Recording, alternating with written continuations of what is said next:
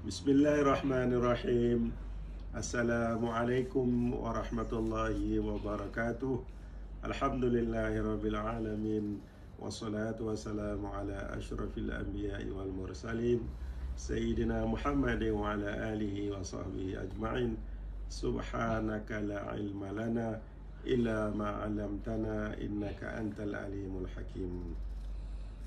Pertama-tama saya ingin mengucapkan berbanyak-banyak terima kasih kepada IIUM Press karena memberikan peluang dan kesempatan kepada saya untuk membincangkan buku saya yang bertajuk tentang permisalan dalam Al-Quran. Buku permisalan dalam Al-Quran ini telah dilancarkan oleh Yang Berhormat Dr. Mazli Malik, mantan Menteri Pendidikan Malaysia, pada Frankfurt Book Fair, Germany pada bulan Oktober 2019. Pada kesempatan yang berbahagia ini saya ingin sedikit menjelaskan beberapa perkara yang penting yang dapat saya kongsikan kepada kita semua tentang kandungan daripada buku permisalan dalam Al-Quran ini. Antara kandungannya adalah, pertama, yang membicarakan ataupun mendiskusikan tentang konsep dan teori ilmu permisalan. Kemudian dalam buku ini juga dibincangkan tentang identifikasi ayat-ayat permisalan dan yakni permisalan. Ini yang lebih spesifik, lebih khusus lagi adalah permisalan iman dan kufur. Kemudian juga dibincangkan dalam buku ini adalah permisalan orang mukmin dan orang kafir. Dan insya Allah nantinya akan ada siri berikutnya yang berkaitan dengan permisalan dalam Al-Quran. Buku ini, buku permisalan dalam Al-Quran ini secara mendalam mengupas tentang konsep dan teori ilmu permisalan di dalam Al-Quran. Sebagaimana kita ketahui adalah bahawa salah satu kehebatan Al-Quran adalah keindahan bahasanya yang diungkapkan melalui ayat-ayat permisalan. Jadi itulah ciri-ciri khas ataupun keistimewaan daripada Al-Quranul Karim dengan gaya bahasanya. Salah satunya adalah dengan melalui ayat-ayat permisalan. Perkataan misal umpamanya adalah bagi kita orang Melayu adalah sesuatu yang lazim, yang banyak kita pakai di dalam kehidupan kita seharian, dan itu bukanlah sesuatu yang asing. Dan sesungguhnya perkataan mithal ataupun mathal itu mempunyai banyak arti, mempunyai banyak warna yang bermaksud antara lain adalah keadaan, persamaan, pengajaran, sifat, contoh teladan, dan tandingan. Kemudian keindahan makna serta corak penyampaian ayat-ayat tersebut di dalam Al-Quranul Karim akan memberikan kesan yang mendalam kepada diri, kepada minda dan jiwa bagi yang mendengar dan membaca ayat-ayat Al-Quran tersebut. Pasti Al-Quran menyeru manusia, kita semua, untuk merenung dan memikirkan ayat-ayat permisalan. Gunanya adalah sebagai peringatan bagi kita semua, sebagaimana firman Allah Subhanahu wa taala di dalam surah Az-Zumar ayat 27 yang mafhumnya adalah, dan demi sesungguhnya kami telah membuat dalam Al-Quran ini berbagai-bagai perumpamaan bagi manusia supaya mereka dapat mengambil peringatan daripada ayat-ayat tersebut. Seterusnya saya ingin mengongsikan juga bahawa di dalam Al-Quran penulis telah mencoba untuk mengidentifikasikan ayat-ayat permisalan di dalam Al-Quran, yakni yang berkaitan dengan apa yang dimaksud dengan masal di dalam Al-Quran tersebut, dan perkataan lain daripada perkataan masal ataupun misal dalam Al-Quran itu seperti perkataan daraba ataupun perkataan tasbih dan sebagainya. Kemudian di dalam buku ini juga penulis menjelaskan tentang makna tauhid, kemudian ayat-ayat permisalan yang mengandungi mesej tauhid serta kesimpulannya. Jadi pada buku ini juga dijelaskan dan kepada kita semua tentang permisalan antara iman dan kufur. Ini adalah merupakan kunci daripada keimanan ataupun tauhid seseorang kepada Allah Subhanahu wa taala. Sebagai contoh umpamanya perbandingan ataupun permisalan antara iman dan kufur adalah Allah Subhanahu wa taala memberikan permisalan cahaya iman di dalam hati orang-orang mukmin. Kemudian dalam buku ini juga dijelaskan permisalan kalimat tauhid, kemudian permisalan kalimat kufur, kemudian dijelaskan juga tentang hikmah permisalan. Di dalam buku ini juga dijelaskan tentang permisalan antara orang-orang mukmin dan orang-orang kafir. Jadi di sini Allah Subhanahu wa taala melalui beberapa ayat telah memberikan contoh, telah memberikan misal tentang bagaimana permisalan terhadap orang kafir. Yakni contohnya bagaimana orang kafir yang diseru kepada Islam tetapi mereka menolaknya. Kemudian orang kafir berpaling daripada ayat Al-Quran. Kemudian orang-orang kafir juga mendustakan ayat-ayat Allah. Kemudian menjelaskan juga tentang keadaan hati orang kafir. Kemudian orang yang berlindung, yakni memohon pertolongan dan perlindungan selain daripada Allah. Dan yang terakhir adalah orang-orang yang mempersekutukan Allah Subhanahu wa taala.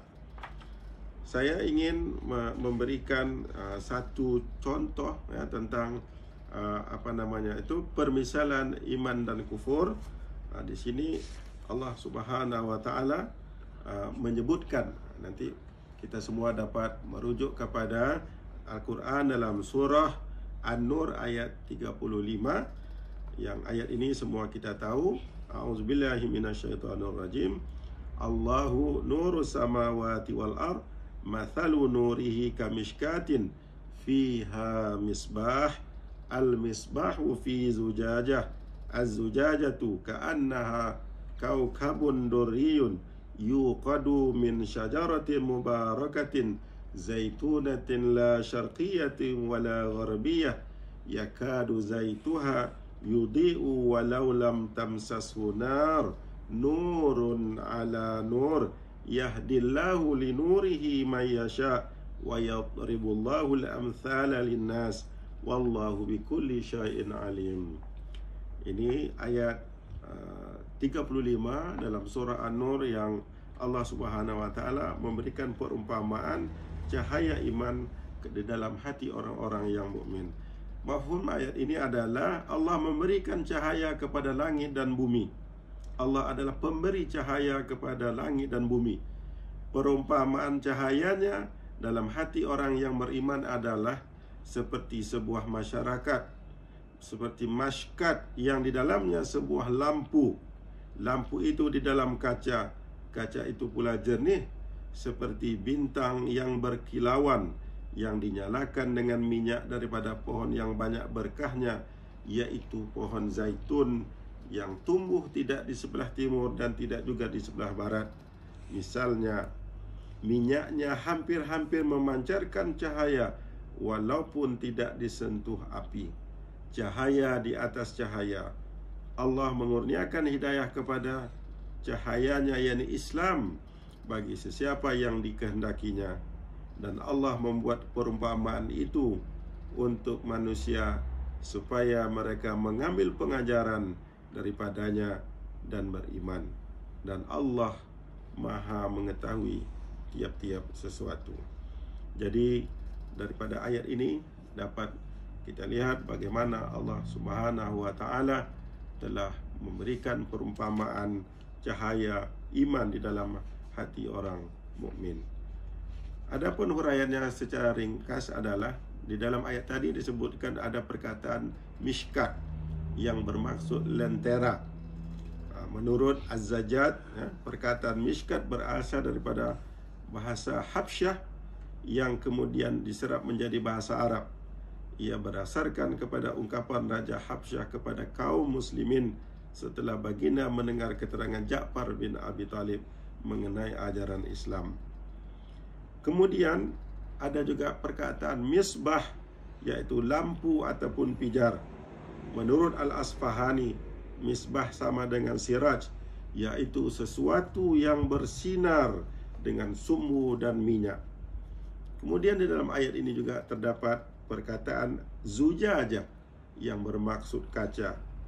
Al-Asfahani juga mengatakan bahawa zujaj ialah bentuk jamak daripada zujajah yang berarti material yang transparan.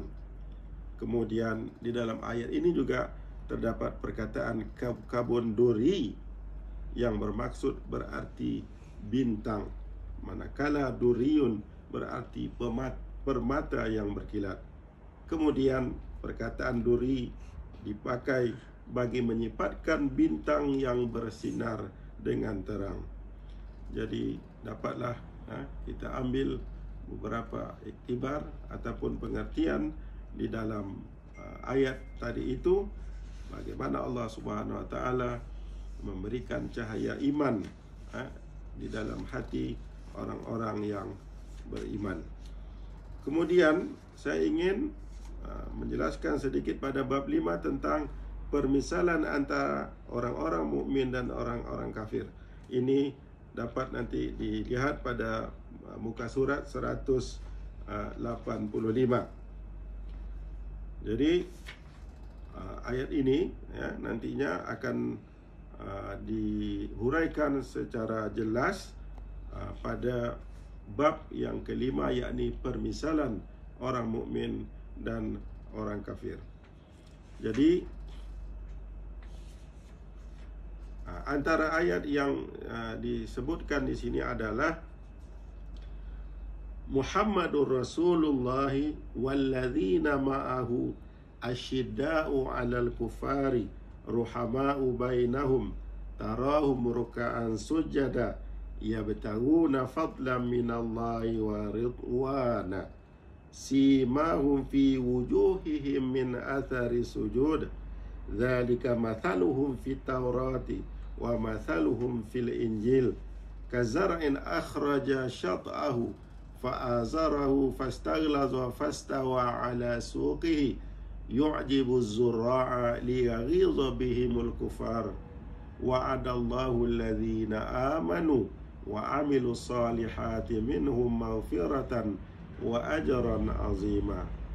Nanti dapat kita rujuk dalam surah Al-Fatah ayat 29. Maksudnya adalah Muhammad ialah utusan Allah dan orang-orang yang bersama dengannya bersifat keras terhadap orang-orang kafir, tetapi berkasih sayang sesama orang mukmin. Kamu melihat mereka rukuk dan sujud, mencari kurnia Allah dan keredaannya. Tanda-tanda mereka tampak pada muka mereka dari bekas sujud. Demikianlah sifat-sifat mereka dalam Taurat dan sifat-sifat mereka di dalam Injil, yaitu bagaikan tanaman yang mengeluarkan tunasnya. Kemudian tunas itu menjadikan tanaman itu kuat, lalu menjadi besar dan tegak lurus di atas pohonnya. Tanaman itu mengenyangkan hati penanam-penanamnya, karena Allah Subhanahu wa taala hendak menjengkelkan hati orang-orang kafir. Allah menjanjikan kepada orang-orang yang beriman dan mengerjakan amal yang soleh di antara mereka itu, yakni berupa ampunan dan pahala yang besar. Pada ayat ini, pada ayat yang ke-29 ini, terdapat ada perkataan yang disebut dengan perkataan zar'un, yang bermaksud adalah pohon. Kemudian ada disebut juga di dalam ini ayat perkataan syat'un, yakni hal yang pertama tumbuh dari benih, yakni tunas. Kemudian ada azara, maknanya menguatkan. Kemudian ada istaghlaza, yakni menjadi keras. Kemudian istawa, menjadi lurus. Kemudian suq, yang bermakna batang ataupun pohon. Apa message ataupun pesanan daripada ayat ini adalah, pertama, menerangkan dengan jelas tentang kerasulan Nabi Muhammad SAW, bahwa dia benar-benar utusan Allah Subhanahu wa taala bagi sekalian alam, termasuk jin dan manusia. Kemudian yang kedua, penamaan Rasulullah SAW sebagai dengan nama Muhammad pula mengandungi makna yang sangat istimewa. Menurut Ahmad Mukhtar, perkataan Muhammad bermakna seorang yang mempunyai banyak sifat terpuji. Kemudian, bagaimana sikap Nabi dan para sahabat terhadap orang-orang kafir, yakni walladzina ma'ahu asyidda'u 'alal kuffar. Ayat ini menerangkan sikap Nabi Muhammad SAW dan para sahabat terhadap orang-orang kafir, yaitu mereka bersifat asyidda, tegas, yakni terhadap orang-orang kafir. Asy-Syaukani menjelaskan bahawa sikap asyidda tersebut, yakni bersikap tegas bagaikan tegasnya singa terhadap buruannya.